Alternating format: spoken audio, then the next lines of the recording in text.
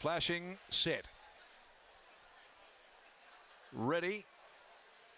Gate Spring racing, great start. Caught them in a perfect line, but the favourite quickly races to the lead, roped them in.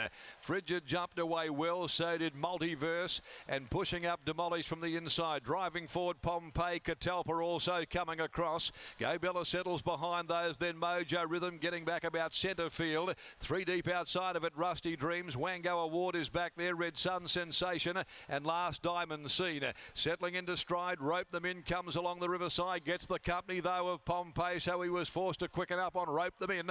Rope Them In now extends a half a length at the 800 Pompeii. The grey Frigid third on the inside with Catalpa easing back to be fourth and getting a bit of cover. A length and a half to Demolish, who's down on the inside of Multiverse. A further length behind those, then deeper out go Bella, sitting wider on the course. Mojo Rhythms in the middle, then Red Sun Sensation. Rusty Dreams held up behind horses next of all. Wango Award, Diamond Scene trails them at the 400 metres mark. Rope Them In, the favourite, will lead for home over Pompeii. There's no run though for Frigid. Down on the inside, locked away. Multiverse peels to the outside from Go Bella. Rusty Dreams further back. He goes to work on the favourite. Rope Them In, drops off Pompeii. Frigid's down on the inside, but Rope Them In burst clear. Rope Them In down to the 100, draws away. Rusty Dreams, Diamond Scene. Oh, look at Diamond Scene from last.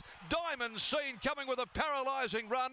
Johnston Porter goes race to race. Diamond Scene from the clouds cut the favourite down when it looked absolutely home at the 100. In behind those, Frigid and also their Rusty Dreams and Demolish, Go Bella, Multiverse, Catalpa, Pompeii. Then came Red Sun Sensation, Mojo Rhythms back there, and so's Wango Award. Upset result here. Diamond Scene roped them in, beat them all off, bar the horse that was out the back. Clint Johnston Porter has gone race to race almost identically. He's produced 2 horses on the scene late. Count the Sessions and Diamond Scene. Diamond Scene first up at pretty big odds, around that $19, $20 mark, paying better though on the Paramutual. Charging over the top of Rope Them In, who looked as though it had the race pretty much shot to pieces at the 100. Rusty Dreams was third in from Frigid. Wango Award was next, but pulled up very quickly in the run-on in behind them. Half a length by 1 margins, and 1:23.96 the time, but a blistering finishing run here for Michael Grantham's Diamond Scene. First start for Michael today, a son of So You Think out of Jewelled for Peters Investments, and wins its 6th race from 12. And that was a huge performance from back there, so it sets it up really for an interesting progression to some maybe better races. Beating a very good horse home and Rope Them In, Sean McGruddy. Rusty Dreams back there, got third in front of Frigid. So, race to race, Johnston Porter has taken his own spinnaker to the races. And when he's hoisted it, haven't they just sailed down the outside? Count the Sessions and now Diamond Scene almost identically. Race 7.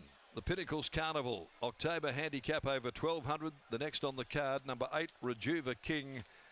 18, Swim Through. 19, He's Goal. 20, Exceed the Planet, the scratchings. Paddy Carberry's on 2, above the peg in the next event of the day.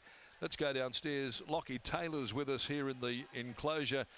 And Lockie, I think those that were on the favourite, Rope Them In, were just shuffling over, rather relaxed and comfortable at the 200 that they were going to collect. But then on the scene has come this Diamond out of the rough and picked them up and blown them away. Absolutely, Darren.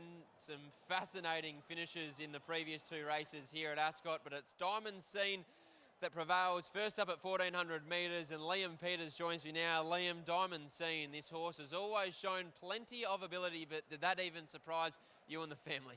Slightly a surprise. I mean, Michael told me yesterday he's a bit of a smoky chance, and although he's a stayer first up, I think he's just lacks a little bit in his head, so he's too dumb to know that it was too short for him. What's been the feedback from Michael this time in? Has he grown not only physically but mentally as well? Yeah, he definitely has. He's grown both physically and mentally, but he's just been so professional in his work as well, really improved from his last prep. Obviously, he raced in last year's Perth Cup. How do yourself, your grandfather and Michael look to plot a path towards next year's Perth Cup? Well, in last year's Perth Cup, it was just a bit of an afterthought, really. He just happened to get the run, so we thought we might as well see where he's at. But seem a bit more confident going towards this year's Perth Cup if all goes well. Cosmic Crusader, he returns today under the care of Donna Reardon. How's he tracking ahead of the return? Yeah, he was really impressive in his trial, so hopefully he can bring that to race day today. A great result here. Well done, Liam. Thank you very much. There's Liam Peters with a word on Diamond Scene, and here's CJP catching up with Scotty. Clint Johnston-Porter, that was a very impressive win. Yeah, it was. It surprised me. I was sort of just flopping along out the back, and I kind of thought I'd start trying to put her in the race, and when I give her a little niggle, she really lengthened. Amazing part about that is this horse had never raced shorter than 1,500 metres, so that was the shortest distance he's ever been over, and yet he was able to zap them from last.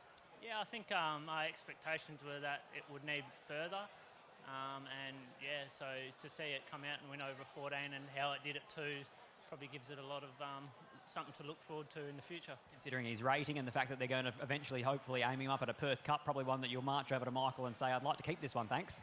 Yeah, definitely. I think it's going to stay all day, so I think Michael might look after me. And what about if you go back in the jockey's room? Do you look over at Pikey and just shake your head?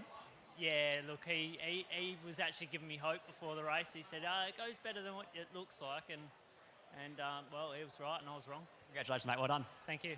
There's Clint Johnston-Porter combining with Michael Grantham and Diamond Scene to take out race number 6 here at Ascot.